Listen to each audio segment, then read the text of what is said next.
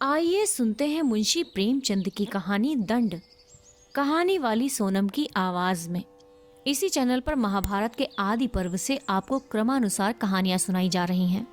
आपको पता होना चाहिए कि हमारी भारतीय संस्कृति के ग्रंथ आपसे क्या कहते हैं। उन कहानियों को जरूर सुनिए।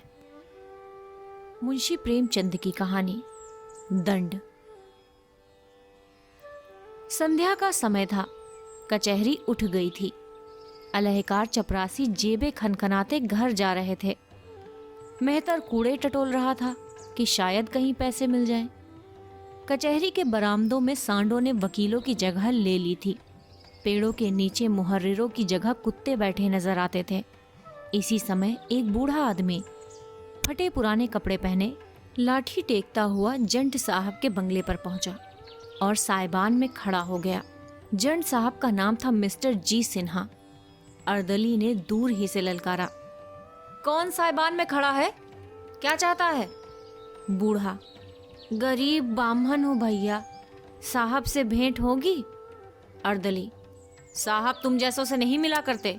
बूढ़े ने लाठी पर अकड़ कर कहा, क्यों भाई, हम खड़े हैं या चोर डाकू हैं कि हमारे मुंह में कुछ लगा हुआ है? अर्दली, भीख मांगकर मुकदमा लड़ने आए होंगे। बूढ़ा, तो कोई पाप किया है? अगर घर बेचकर नहीं लड़ते तो कुछ बुरा करते हैं। यहाँ तो मुकदमा लड़ते लड़ते उम्र बीत गई, लेकिन घर का पैसा नहीं खर्चा। मियाँ की जूती मियाँ का सिर करते हैं। 10 भले मानसों से मांग कर एक को दे दिया, चलो छुट्टी हुई। गांव भर नाम से कांपता है। किसी ने जरा भी टिर पिर की और मैंने अदालत में दावा दायर किया। अर्दली, किसी बड़े आदमी से पाला नहीं पड़ा अभी। बूढ़ा, अजी कितने ही बड़ों को बड़े घर भिजवा दिया, तुम हो किस फेर में? हाई कोर्ट तक जाता हूँ सीधे, कोई मेरे मुंह क्या आएगा बेचारा। गांव से तो कौड़ी जाती नहीं, फिर डरे क्यों? जिसकी चीज पर दांत लगाए अपना करके छोड़ा। सीधे ना दिया तो अदालत में घसीट लाए और रगेद रगेद कर मारा। अपना क्या बिगड़ता है?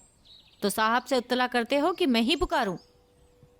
अर्दली ने देखा ये आदमी यूं नहीं टलने वाला, तो जाकर साहब से उसकी इत्तला की। साहब ने हुलिया पूछा और खुश होकर कहा, फौरन बुला लो। अर्दली, हुजूर बिल्कुल फटे हाल है। साहब, गुदड़ी ही में लाल होते हैं, जाकर भेज दो। मिस्टर सिन्हा अधेड़ आदमी थे, बहुत ही शांत, बहुत ही विचारशील, बातें बहुत कम करते थे। कठोरता और असभ्यता जो शासन की अंग समझी जाती है, उनको छू भी नहीं गई थी। न्याय और दया के देवता मालूम होते थे। डील डॉल देवों का सा था और रंग आबनूस का सा। आराम कुर्सी पर लेटे हुए पेचवान पी रहे थे। बूढ़े ने जाकर सलाम किया। सिन्हा, तो तुम हो जगत पांडे, आओ बैठो। तुम्हारा मुकदमा तो बहुत ही कमजोर है, भले आदमी जाल भी न करते बना। जगत, ऐसा न कहें हुजूर, गरीब आदमी हूं, मर जाऊंगा। सिन्हा, किसी वकील मुख्तार से सलाह भी ना ले ली?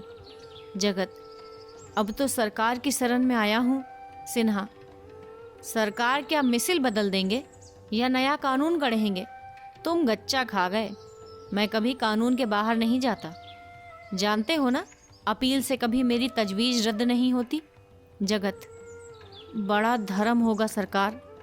सिन्हा के पैरों पर गिन्नियों की एक पोटली रखकर, बड़ा दुखी हूं सरकार। सिन्हा मुस्कुरा कर, यहाँ भी अपनी चालबाजी से नहीं चूकते। निकालो अभी और, ओस से प्यास नहीं बुझती, भला दहाई तो पूरा करो। जगत, बहुत तंग हूँ दीन बंधु। सिन्हा, डालो डालो कमर में हाथ, भला कुछ मेरे नाम की लाज तो रखो। जगत, लुट जाऊंगा सरकार। लुटे तुम्हारे दुश्मन जो इलाका बेचकर लड़ते हैं। तुम्हारे जजमानों का भगवान भला करे, तुम्हें किस बात की कमी है? मिस्टर सिन्हा इस मामले में जरा भी रियायत न करते थे। जगत ने देखा कि यहाँ काइयापन से काम चलेगा तो चुपके से 4 गिन्नियां और निकाली, लेकिन उन्हें मिस्टर सिन्हा के पैरों रखते समय उसकी आंखों से खून निकल आया। ये उसकी बरसों की कमाई थी। बरसों पेट काट कर, तन जलाकर, मन बांधकर, झूठी गवाहियां देकर उसने ये थाती संचय कर पाई थी। उसका हाथों से निकलना प्राण निकलने से कम दुखदाई न था। जगत पांडे के चले जाने के बाद कोई 9 बजे रात को जंट साहब के बंगले पर एक तांगा आकर रुका। और उस पर से पंडित सत्यदेव उतरे, जो राजा साहब शिवपुर के मुख्तार थे। मिस्टर सिन्हा ने मुस्कुराकर कहा, आप शायद अपने इलाकों में गरीबों को न रहने देंगे, इतना जुल्म। सत्यदेव, गरीब परवर, ये कहिए कि गरीबों के मारे अब इलाके में हमारा रहना मुश्किल हो रहा है। आप जानते हैं, सीधी उंगली से घी नहीं निकलता, जमींदार को कुछ न कुछ सख्ती करनी ही पड़ती है। मगर अब ये हाल है कि हमने जरा चू भी की तो उन्हीं गरीबों की त्योरियां बदल जाती हैं। सब मुफ्त में जमीन जोतना चाहते हैं, लगान मांगिए तो फौजदारी का दावा करने को तैयार। अब इसी जगत पांडे को देखिए, गंगा कसम है हुजूर, सरासर झूठा दावा है। हुजूर से कोई बात छिपी तो नहीं रह सकती। अगर जगत पांडे मुकदमा जीत गया तो हमें बोरिया बंधना छोड़कर भागना पड़ेगा। अब हुजूर ही बसाएं तो बच सकते हैं। राजा साहब ने हुजूर को सलाम कहा है और अर्ज की है कि हक इस मामले में जगत पांडे की ऐसी खबर ले कि वो भी याद करे। मिस्टर सिन्हा ने भवें सिकोड़ कर कहा, कानून मेरे घर तो नहीं बनता। सत्यदेव, आपके हाथ में सब कुछ है। ये कहकर गिन्नियों की एक गड्डी निकालकर मेज पर रख दी। मिस्टर सिन्हा ने गड्डी को आंखों से गिनकर कहा, इन्हें मेरी तरफ से राजा साहब को नजर कर दीजिएगा। आखिर आप कोई वकील तो करेंगे, उसे क्या दीजिएगा? सत्यदेव, ये तो हुजूर के हाथ में है। जितनी ही पेशियां होंगी उतना ही खर्च भी बढ़ेगा। सिन्हा, मैं चाहूं तो महीनों लटका सकता हूं। सत्यदेव, हाँ, इससे कौन इनकार कर सकता है। सिन्हा, 5 पेशियां भी हुई तो आपके कम से कम 1000 उड़ जाएंगे। आप यहाँ उसका आधा पूरा कर दीजिए तो एक ही पेशी में वारा न्यारा हो जाए, आधी रकम बच जाए। सत्यदेव ने 10 गिन्नियां और निकालकर मेज पर रख दी और घमंड के साथ बोले, हुक्म हो तो राजा साहब से कह दूं, आप इत्मीनान रखें, साहब की कृपा दृष्टि हो गई है। मिस्टर सिन्हा ने तीव्र स्वर में कहा, जी नहीं, ये कहने की जरूरत नहीं। मैं किसी शर्त पर रकम नहीं ले रहा। मैं करूंगा वही जो कानून की मंशा होगी। कानून के खिलाफ जौ भर भी नहीं जा सकता, यही मेरा उसूल है। आप लोग मेरी खातिर करते हैं, ये आपकी शरारत है। उसे अपना दुश्मन समझूंगा जो मेरा ईमान खरीदना चाहे। मैं जो कुछ लेता हूँ सच्चाई का इनाम समझ कर लेता हूँ। जगत पांडे को पूरा विश्वास था कि मेरी जीत होगी, लेकिन तजवीज सुनी तो होश उड़ गए। दावा खारिज हो गया, उस पर खर्च की चपत अलग। मेरे साथ ये चाल, अगर लाला साहब को इसका मजा न चखा दिया तो बाहमन नहीं हैं किस फेर में, सारा रोब भुला दूंगा। वहां गाढ़ी कमाई के रुपए हैं, कौन पचा सकता है। हाड़ फोड़ कर निकलेंगे, द्वार पर सिर पटक पटक कर मर जाऊंगा। उसी दिन संध्या को जगत पांडे ने मिस्टर सिन्हा के बंगले के सामने आसन जमा दिया। वहां बरगद का घना वृक्ष था। मुकदमे वाले वहीं सत्तू चबैना खाते और दोपहरी उसी की छाह में काटते थे। जगत पांडे उनसे मिस्टर सिन्हा की दिल खोल कर निंदा करता, ना कुछ खाता ना पीता, बस लोगों को अपनी राम कहानी सुनाया करता।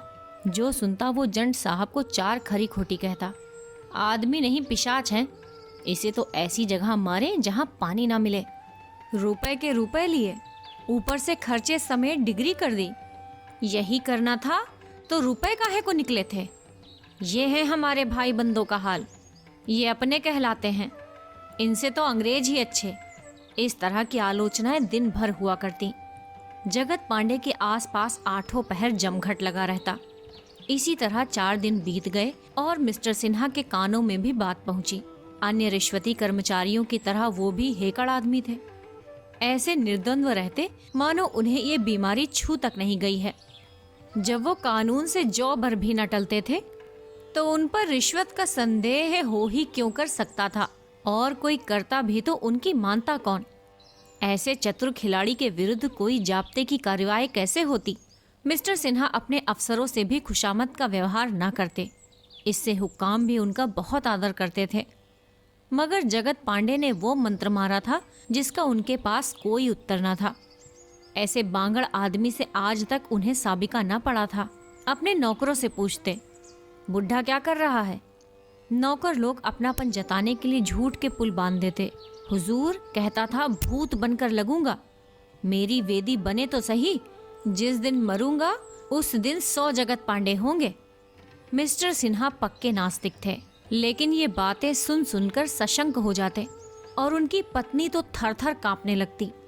वो नौकरों से बार बार कहती, उससे जाकर पूछो क्या चाहता है, जितना रुपया चाहे ले, हमसे जो चाहे मांगे वो देंगे, बस यहाँ से चला जाए।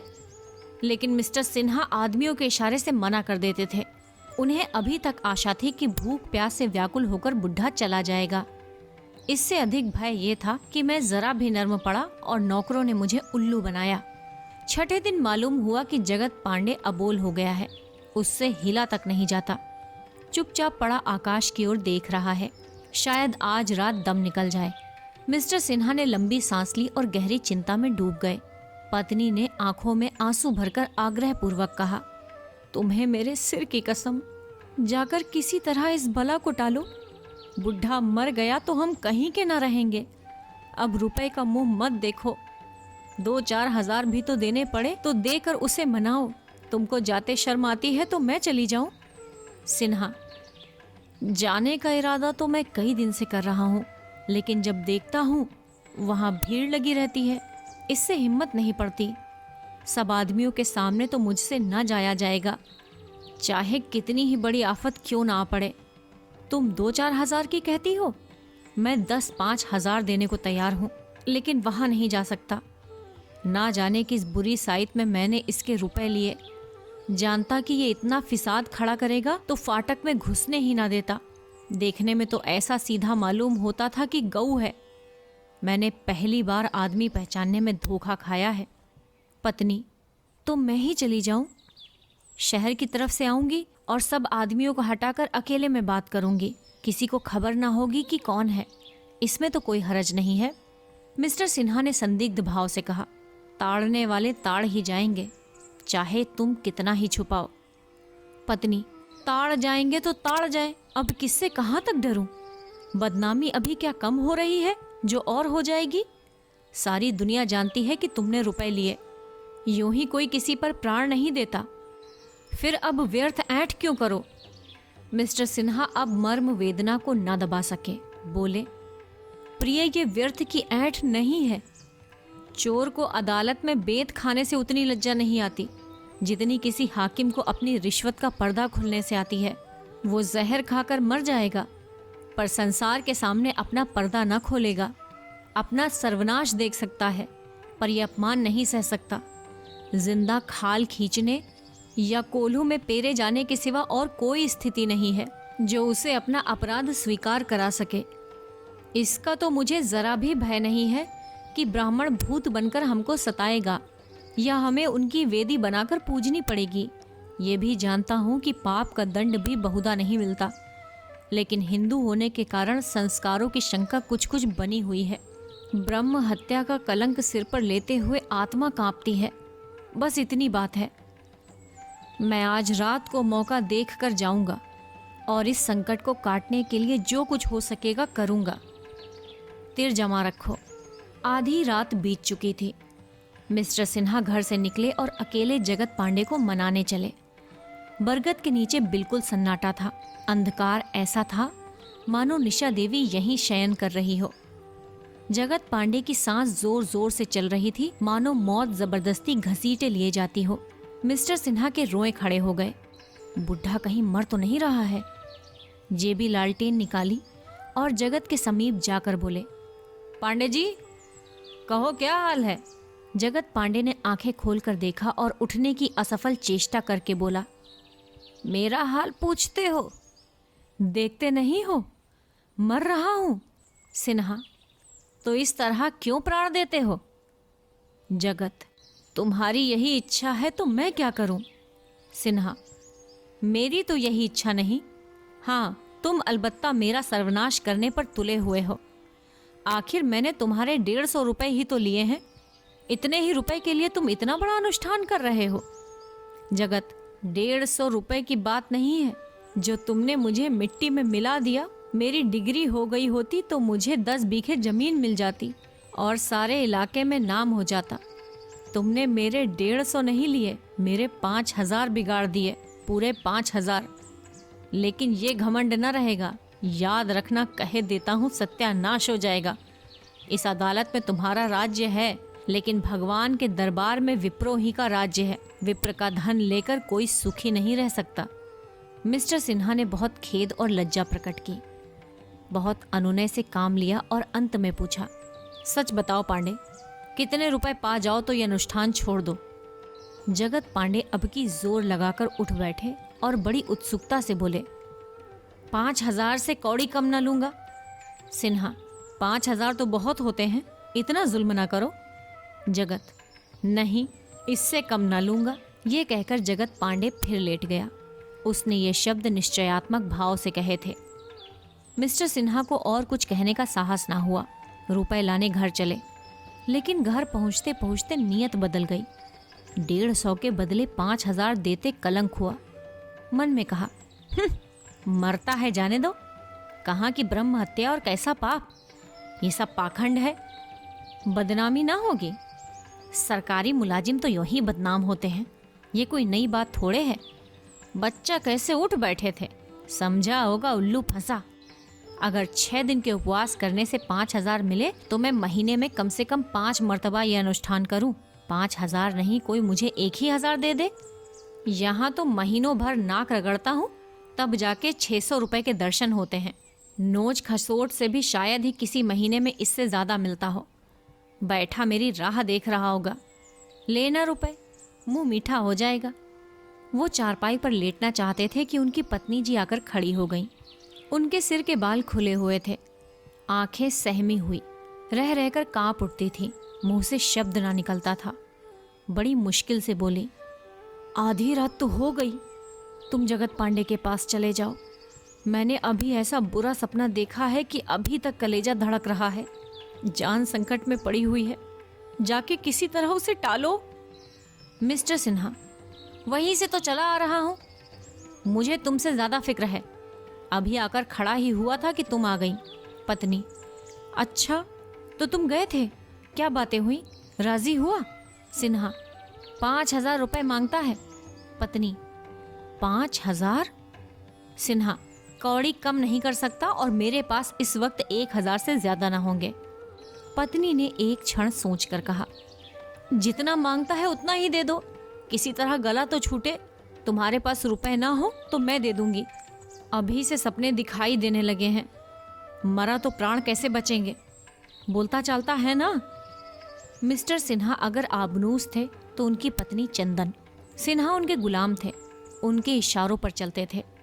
पत्नी जी भी पति शासन में कुशल थीं। सौंदर्य और अज्ञान में अपवाद है। सुंदरी कभी भोली नहीं होती, वो पुरुष के मर्म स्थल पर आसन जमाना जानती है। सिन्हा, तो लाओ देता हूं, लेकिन आदमी बड़ा चग्घड़ है, कहीं रुपए लेकर सबको दिखाता फिरे तो। पत्नी, इसको यहां से इसी वक्त भागना होगा। सिन्हा, तो निकालो, दे ही दूं, जिंदगी में ये बात भी याद रहेगी। पत्नी ने अविश्वास भाव से कहा, चलो मैं भी चलती हूँ, इस वक्त कौन देखता है। पत्नी से अधिक पुरुष के चरित्र का ज्ञान और किसी को नहीं होता। मिस्टर सिन्हा की मनोवृत्तियों को उनकी पत्नी जी खूब जानती थीं। कौन जाने, रास्ते में रुपए कहीं छिपा दे और कह दे आए, या कहने लगे रुपए लेकर भी नहीं टलता तो मैं क्या करूं। जाकर संदूक से नोटों के पुलिंदे निकाले और उन्हें चादर में छिपाकर मिस्टर सिन्हा के साथ चली। सिन्हा के मुंह पर झाड़ू सी फिरी थी, लालटेन लिए पछताते चले जाते थे। 5,000 रुपए निकले जाते हैं, फिर इतने रुपए कब मिलेंगे कौन जानता है। इससे तो कहीं अच्छा था कि दुष्ट मर ही जाता, बला से बदनामी होती, कोई मेरी जेब से रुपए तो न छीन लेता। ईश्वर करे मर गया हो। लेकिन अभी तक दोनों आदमी फाटक ही तक आए थे कि देखा जगत पांडे लाठी देखता चला आता है। उसका स्वरूप इतना डरावना था मानो शमशान से कोई मुर्दा भागा आता हो। पत्नी जी बोली, महाराज हम तो आ ही रहे थे, आपने क्यों कष्ट किया, रुपए लेकर सीधे घर चले जाओगे ना। जगत, हाँ हाँ सीधा घर जाऊंगा, कहाँ है रुपए देखूं।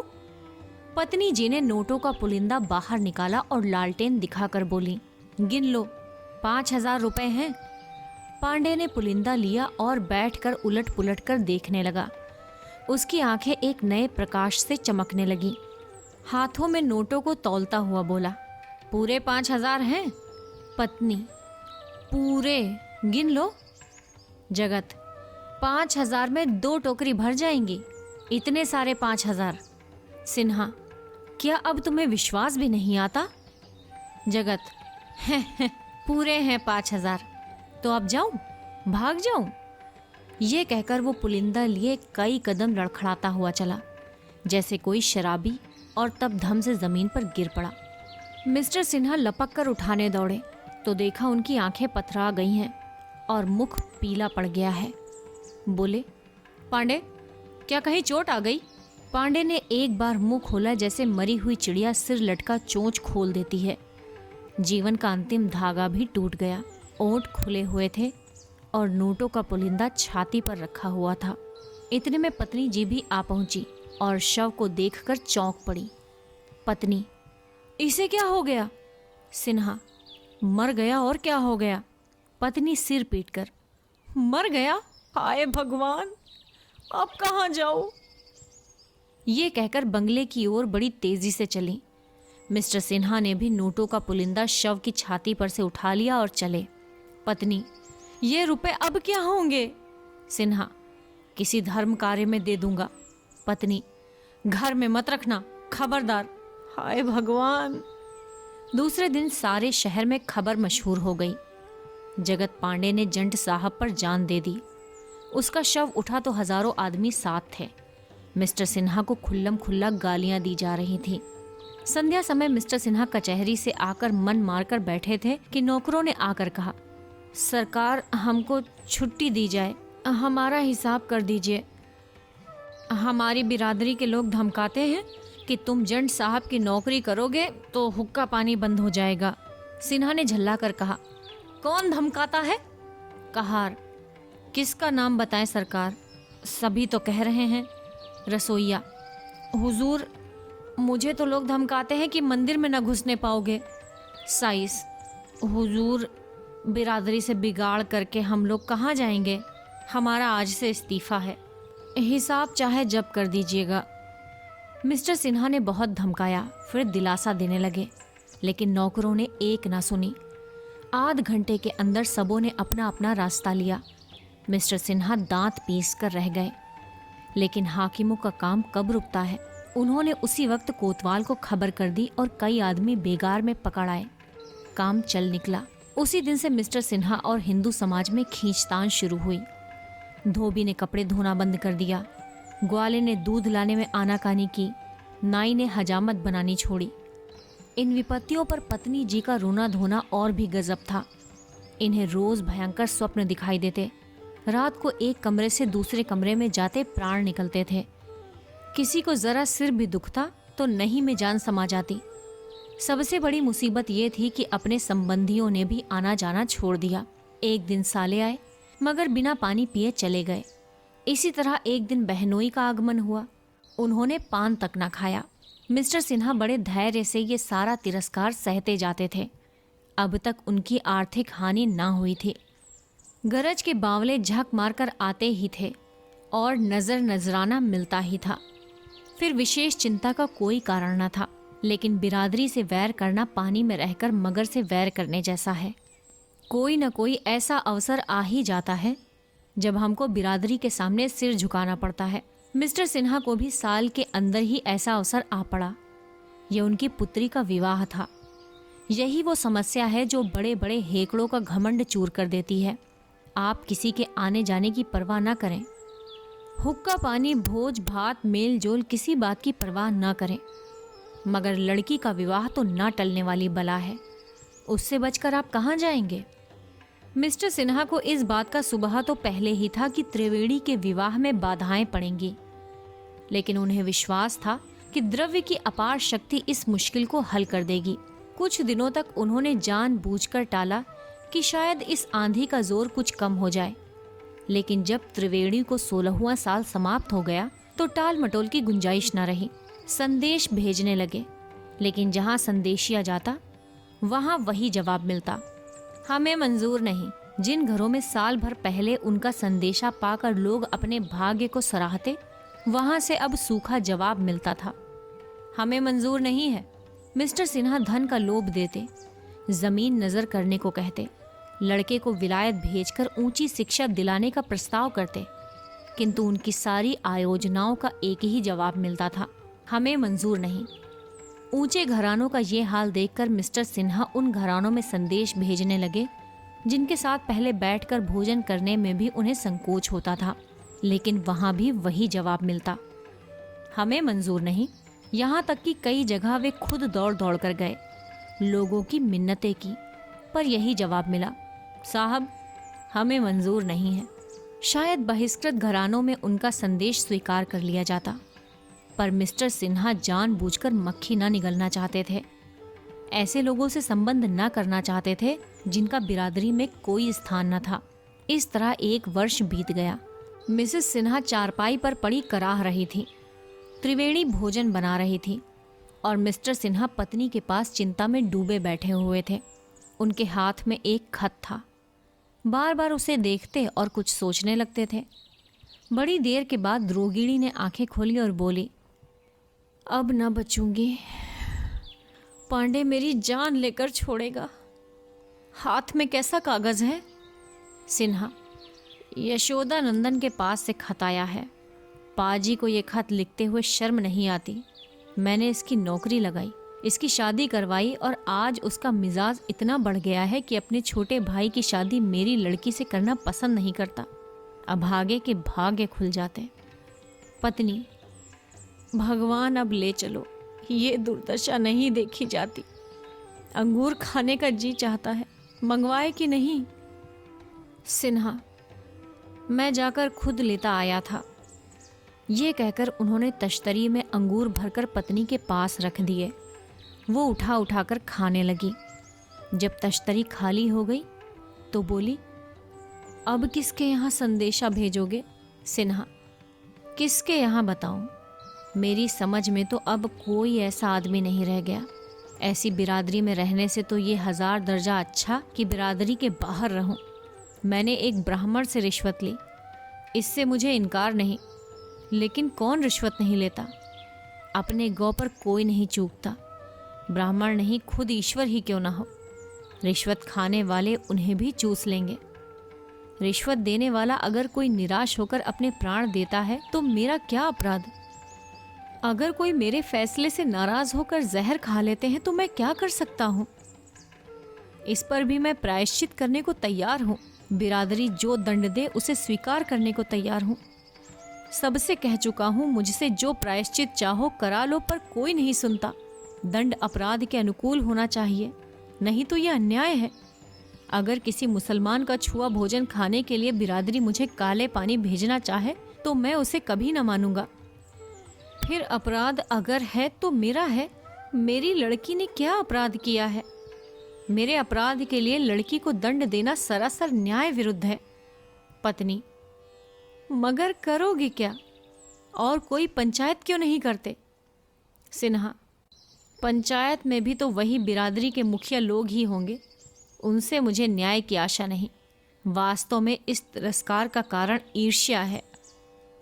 मुझे देखकर सब जलते हैं और इसी बहाने वो मुझे नीचा दिखाना चाहते हैं। मैं इन लोगों को खूब समझता हूँ। पत्नी, मन की लालसा मन में रह गई। ये अरमान लिए संसार से जाना पड़ेगा, भगवान की जैसी इच्छा। तुम्हारी बातों से मुझे डर लगता है कि मेरी बच्ची की ना जाने क्या दशा होगी, मगर तुमसे मेरी अंतिम विनय यही है कि बिरादरी से बाहर न जाना, नहीं तो परलोक में भी मेरी आत्मा को शांति न मिलेगी। ये शोक मेरी जान ले रहा है। बच्ची पर ना जाने क्या विपत्ति आने वाली है। ये कहते मिसेस सिन्हा की आंखों में आंसू बहने लगे। मिस्टर सिन्हा ने उनको दिलासा देते हुए कहा, इसकी चिंता मत करो प्रिय। मेरा आशय केवल इतना था कि ऐसे भाव मेरे मन में आया करते हैं। तुमसे सच कहता हूँ, बिरादरी के अन्याय से कलेजा छलनी हो जाएगा। पत्नी, बिरादरी को बुरा मत कहो। बिरादरी का डर ना हो तो आदमी ना जाने क्या क्या उत्पात करे। बिरादरी को बुरा ना कहो। कलेजे पर हाथ रखकर, यहाँ बड़ा दर्द हो रहा है। यशोदानंद ने भी कोरा जवाब दे दिया। किसी करवट चैन नहीं आता, क्या करूं भगवान। सिन्हा, डॉक्टर को बुलाऊं? पत्नी: तुम्हारा जी चाहे बुला लो, लेकिन मैं बचूंगी नहीं। जरा तिब्बो को बुला लो, प्यार कर लूं, जी डूबा जाता है। मेरी बच्ची, हाय मेरी बच्ची।